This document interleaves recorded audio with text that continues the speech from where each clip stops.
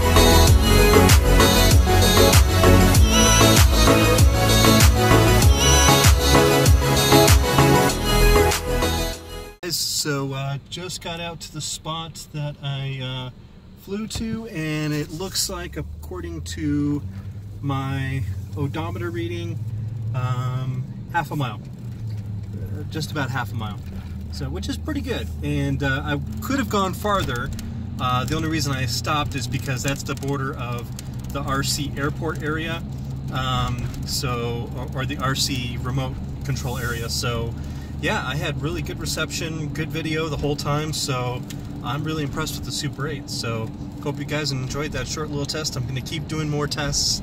Going to take it out to the mountains hopefully soon and get some footage out there if it's not too cold, and we'll see how it performs. So thanks guys for tuning in. Thanks for watching my videos as always, and while you guys are waiting for the next video, keep your drones up in the air, flying high. I'll see you guys in the next video. Thanks for hanging out.